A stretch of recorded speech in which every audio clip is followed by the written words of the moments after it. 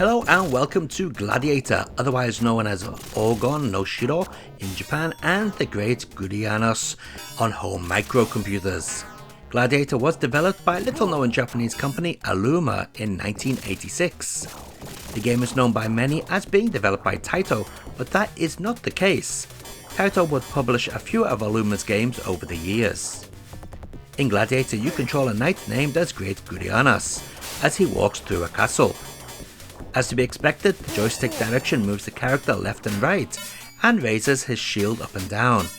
The game's 3 buttons correspond to a high, medium and low attack.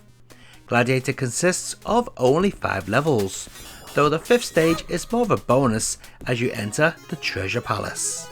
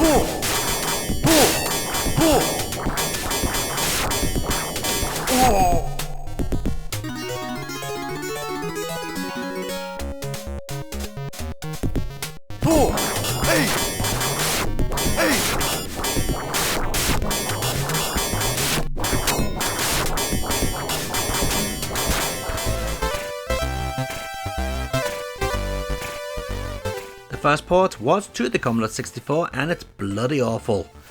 While we do get a nice big sprite for the characters, that is about the only positive point with this one. The game plays nothing like the arcade. Sure, you can move your shield up and down, but attacking is limited to an embarrassing lurch forward.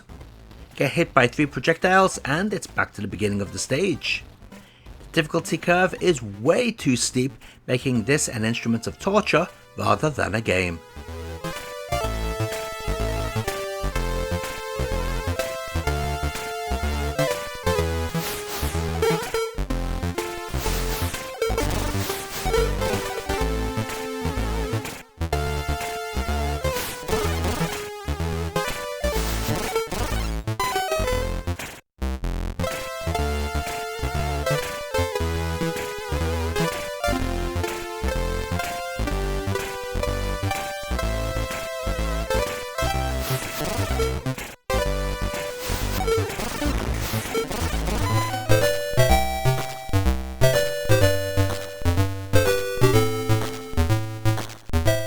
Programmed by David Perry, this Amstrad CPC version is way better than the crap on the Commodore 64.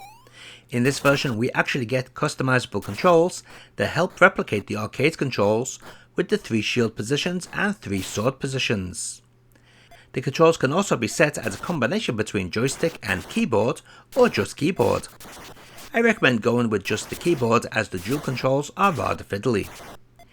The game plays rather well and follows the arcade rule of starting the player right off where they died, unlike the C64 which sent you back to the beginning of the stage. Unfortunately, the skeleton boss seems to be unbeatable. I couldn't even lay a single hit on him, while all the other bosses fell quite quickly.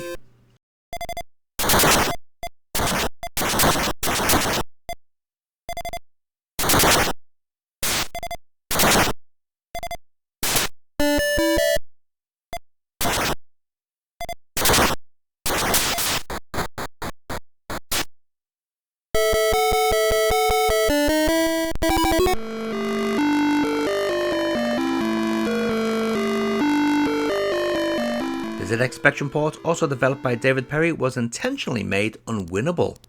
The story goes, according to David Perry himself, this was made on purpose because the game used up so much memory that there was no room to include the ending.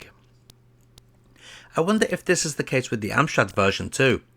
Anyway, This version is very much like the Amstrad CPC version with all the same options available, again making it far more playable than the Commodore 64 version.